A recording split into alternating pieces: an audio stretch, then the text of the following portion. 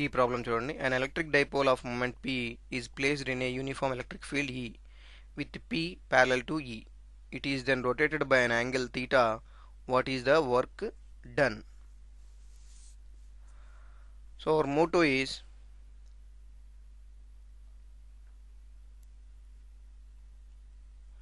ఇక్కడ మన మోటో ఏంటంటే ఫీల్డ్ ఉంది, ప్యారలల్ ఫీల్డ్ ఉంది. ఈ ప్యారలల్ ఫీల్డ్లో ఒక డైపోల్ పెట్టాం. ఈ డైపోల్ ఎలా ఉంది? స్టేషనరీగా ఉంది. ఈ డైపోల్ యొక్క డైరెక్షను, డైపోల్ మూమెంట్ యొక్క డైరెక్షను నెగిటివ్ టు పాజిటివ్ ఉంటుంది. ఈ పి ఫీల్డ్ డైరెక్షన్లో ఉంది. ఇది స్టేషనరీగా ఉంటుంది. ఎందుకంటే ఈ ఫీల్డ్ డైరెక్షన్లోనే పాజిటివ్ ఛార్జ్ ఉండినప్పుడు ఇది ఫీల్డ్ డైరెక్షన్లోనే దాన్ని తీసుకెళ్ళి పెడుతుంది, అంటే రిపెల్ చేస్తుంది. ఈ ఫీల్డ్ ఆపోజిట్ డైరెక్షన్లో ఈ నెగిటివ్ ఛార్జ్ని అట్రాక్ట్ చేస్తుంది. కాబట్టి ఇదేమో ఇలాగే ఉంటుంది. కాబట్టి ఇది స్టేషనరీగా ఉంటుంది. ఇప్పుడు ఈ స్టేషనరీగా ఉన్న ఛార్జ్ నువ్వేం చేస్తున్నావు? కొంత ఫోర్స్ అప్లై చేసి రొటేట్ చేస్తున్నావు. ఇలాగా అలా రొటేట్ చేసినప్పుడు దాని మీద కొంత వర్క్ డన్ జరుగుతుంది. అంటే ఫర్ ఎగ్జాంపుల్ ఒక టేబుల్ మీద ఒక బాక్స్ ఉంది. ఈ బాక్స్ నువ్వు పైకి లిఫ్ట్ చేస్తున్నావు. పైకి ఎత్తినప్పుడు నువ్వు ఈ ఎర్త్ యొక్క గ్రావిటేషనల్ ఫీల్డ్కి ఆపోజిట్గా చేస్తున్నావు. కాబట్టి నువ్వు కొంత వర్క్ ఆబ్జెక్ట్ మీద చేస్తున్నావు. అది కొంత ఎనర్జీగా స్టోర్ అయ్యి ఆ బాడీలో ఉంటుంది. కానీ ఎప్పటికీ అది ఎర్త్ వైపుకి అట్రాక్ట్ చేయడానికి రెడీగా ఉంటుంది. నువ్వు ఫర్ ఎగ్జాంపుల్ ఇక్కడ నుంచి వదిలేస్తే, ఈ పార్ట్లో నువ్వు బాక్స్ను వదిలేస్తే బాక్స్ మళ్ళీ వెళ్ళి కిందికి పడుతుంది. అంటే నువ్వు చేసిన ఎక్స్ట్రా వర్క్ దానిలో కొంత పొటెన్షియల్ ఎనర్జీగా స్టోర్ అయ్యి నువ్వు వదిలేయగానే మళ్ళీ అది కైనెటిక్ ఎనర్జీగా మారి కిందికి వస్తుంది. అంటే స్టేషనరీగా ఉన్న ఒక ఆబ్జెక్ట్ని నువ్వు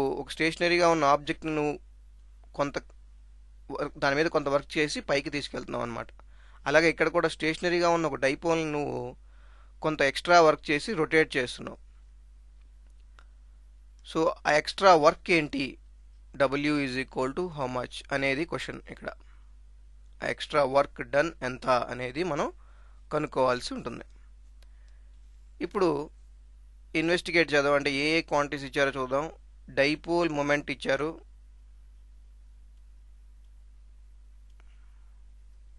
ఎంత డైపోల్ మూమెంట్. ఇక్కడ న్యూమరికల్స్ ఏమీ లేదు, అన్ని ఓన్లీ ఎక్స్ప్రెషన్స్ మాత్రమే ఇచ్చారు. ఆ ఎక్స్ప్రెషన్సే రాస్తున్నా. ఫీల్డ్ ఈజ్ ఈక్వల్ టు ఈ, dipole momentum is equal to P. ఎంత యాంగిల్ రొటేట్ చేసామో ఇచ్చాడు, అదంతా తీటా. ఇప్పుడు దీని నుంచి మనం వర్క్ డన్ ఎంత జరిగిందో చూద్దాం. ఇప్పుడు రిజాల్వ్ చేద్దాము. ఈ రిజాల్వ్లో మనకందరికీ తెలుసు, ఒక చిన్న డైపోల్ని ఒక కొంచెం డి తీటా యాంగిల్ని మనం తిప్పడానికి పట్టే వర్క్ ఎంత అంటే dW is equal to tau into D theta. Tau ఏంటంటే rotational force developed on the dipole. ఆ టౌకి ఒక ఫార్ములా ఉంది, అదే P cross E D theta. P cross E, P dipole momentum vector, E field vector. ఈ రెండింటి యొక్క cross product rotational vector tau. అందుకే dW is equal to P cross E D theta అని రాశాను. That is equal to P cross E అంటే PE sine theta d theta.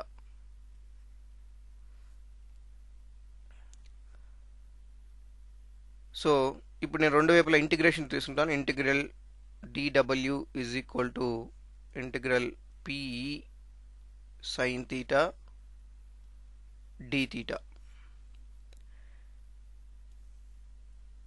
That is equal to, ఇక్కడ single term ఉంది కాబట్టి dW integration cancel అయ్యి W total work మిగులుతుంది, is equal to PE constants బయటకు వస్తాయి. ఇంటిగ్రల్, ఇది రెండు యాంగిల్స్ మధ్య కాబట్టి θ1 θ2 మధ్య అనుకోండి.